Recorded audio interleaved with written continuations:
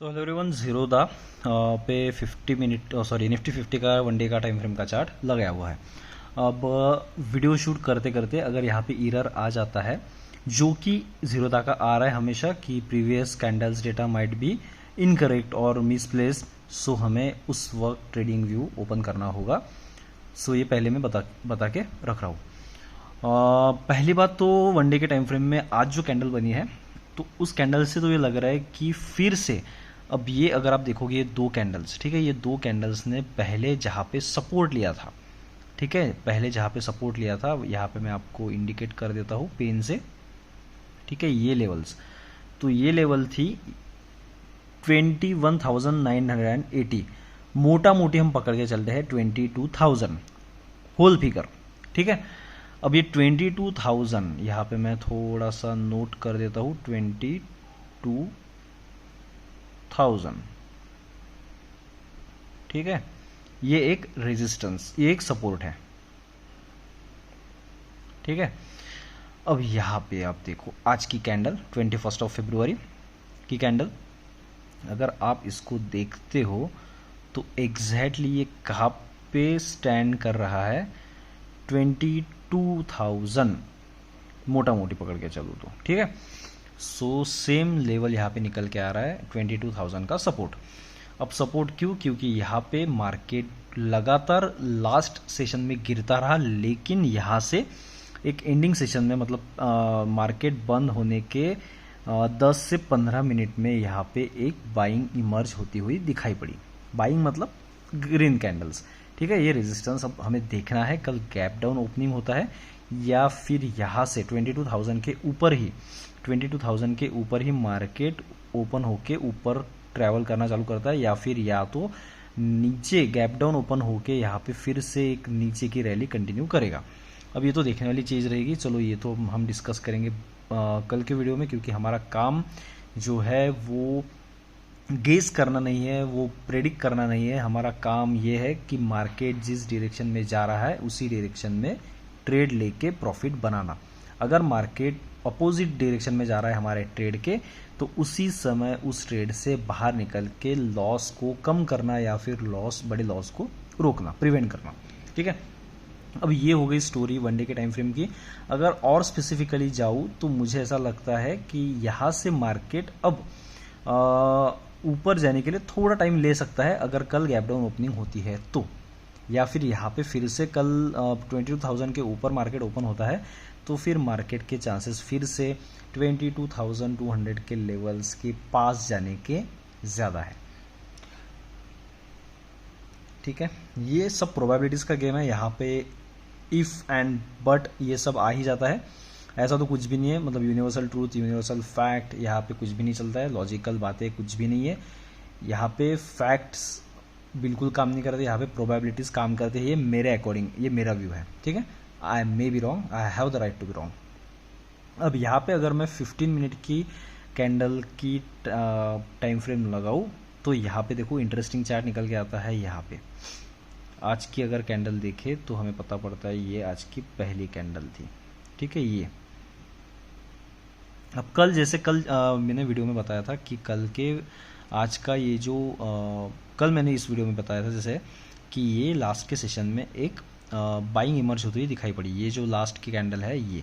अब इससे मुझे लग रहा था कि गैप अप ओपनिंग हो सकती है, लेकिन एक चीज़ भी थी कल कि कल के वनडे के टाइम के कैंडल में एक छोटा सा जो हेड होता है वो हेड भी दिखाई पड़ रहा था, जिसकी वजह से मुझे थोड़ा डाउट भी था कि गैप अप ओपनिंग होगी या नहीं होगी। लेकिन आज अगर आप देखोगे तो गैप अप ओपनिंग ही हुई, लेकिन बहुत ही डिसरप्टिव गैप अप ओपनिंग नहीं हुई, ठीक है। मतलब जिन्होंने कल प्रॉफिट बुक किया था उनको रिग्रेट तो नहीं हुआ होगा कि अरे यार क्यों प्रॉफिट बुक किया, ओवरनाइट क्यों होल्ड नहीं किया, ऐसा तो नहीं हुआ।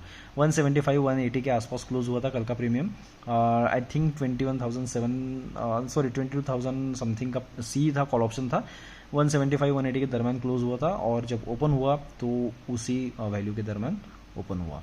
सो कुछ ज़्यादा फ़र्क तो यहाँ पे दिखाई नहीं पड़ा। लेकिन अगर हम इस 15 मिनट के टाइम फ्रेम को देखें तो हमें ये बात पता पड़ती है कि ये एक 22,160 का सपोर्ट था जो बार बार मार्केट ले रहा था, 22,160 एंड 22,180। यहाँ पे मैं आपको थोड़ा इंडिकेट कर देता हूँ ये जो चैनल है ना, ये जो चैनल है ना, ये वाला, ये मार्केट रिस्पेक्ट कर रहा था, इसके नीचे मार्केट नहीं जा रहा था। 22,180, 22,160 लगभग। मैं अगर आपको मेरे पहले ट्रेड की बात बताऊँ तो यहाँ पे मैंने पी लिया था, लेकिन पी मेरे प्रॉफिटेबल होने के बाद भी मुझे लॉस यहाँ पे दिखाई पड़ रहा था, क्योंकि मार्केट ने ये 180 के लेवल से ऊपर जाने का रास्ता पकड़ लिया था।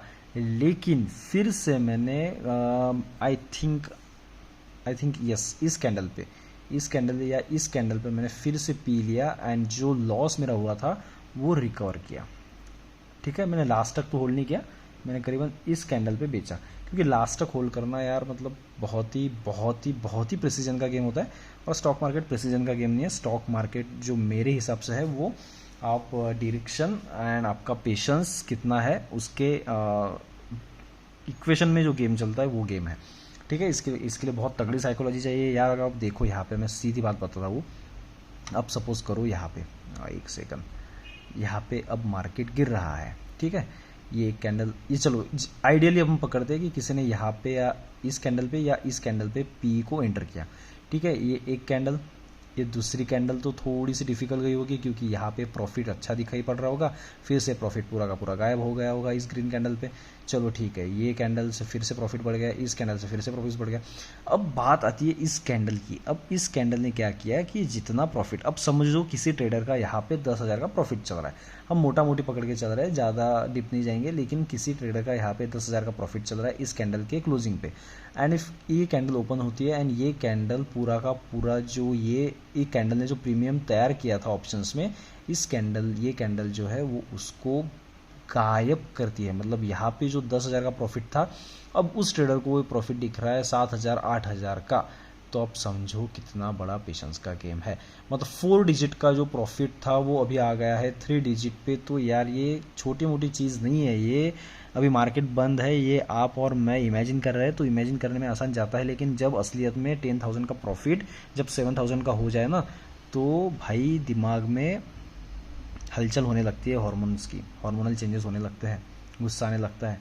ठीक है, तो ये इतनी भी आसान बात नहीं है कि ये ये जो टेल है, ये हेड को हम बर्दाश्त करें। ठीक है, तो इतना आसान नहीं होता है पूरा बॉटम तक वेट करने का। जैसे अब ये मान के चलो, यहाँ पे किसी ट्रेडर का 10,000 यहाँ पे था, अब ये प्रॉफिट हो गया यहाँ पे 25,000 का। अब ये 25,000 का प्रॉफिट यहाँ पे हो गया 20,000, और यहाँ पे हो गया फिर से 15,000 या 12,000। अब बताओ। ठीक है, तो इसकी वजह से पूरा बॉटम और पूरा टॉप जो होता है वो गेस करना बहुत मतलब प्रेसिजन का गेम है, और हमें प्रेसिजन नहीं करना है, हमें प्रॉफिट, हमें ग्रीन में रहना है। That is the secret. ठीक है, सो ये हो गया 15 मिनट के टाइम फ्रेम की बात। अब यहाँ पे अगर मैं 5 मिनट के टाइम फ्रेम की बात करूँ तो यहाँ पे कुछ खास नहीं पता पड़ेगा। जो मैंने आपको बताया 22,160, 22,180 के लेवल्स जो अब एक्ट करेंगे एज अ रेजिस्टेंस, ये लेवल्स। और ये जो लेवल है अभी बन रही है 22,000, एग्जैक्टली 22,000, ये अब एक्ट करेगी एज अ सपोर्ट। ठीक है, ये हो गई अभी सपोर्ट, ये हो गया अभी रेजिस्टेंस। अब देखते हैं गेम कल का क्या गेम होता है। गैप डाउन ओपनिंग होती है या फिर इसी लेवल पे ओपनिंग होके मार्केट ऊपर जाता है या नीचे जाता है। कहीं भी जाओ, हमें बस एक ही काम करना है, हमें कम से कम लॉट में ट्रेडिंग करनी है, कम से कम लॉट लेके हमें डायरेक्शन के साथ बने रहना है और प्रॉफिट कमाना है।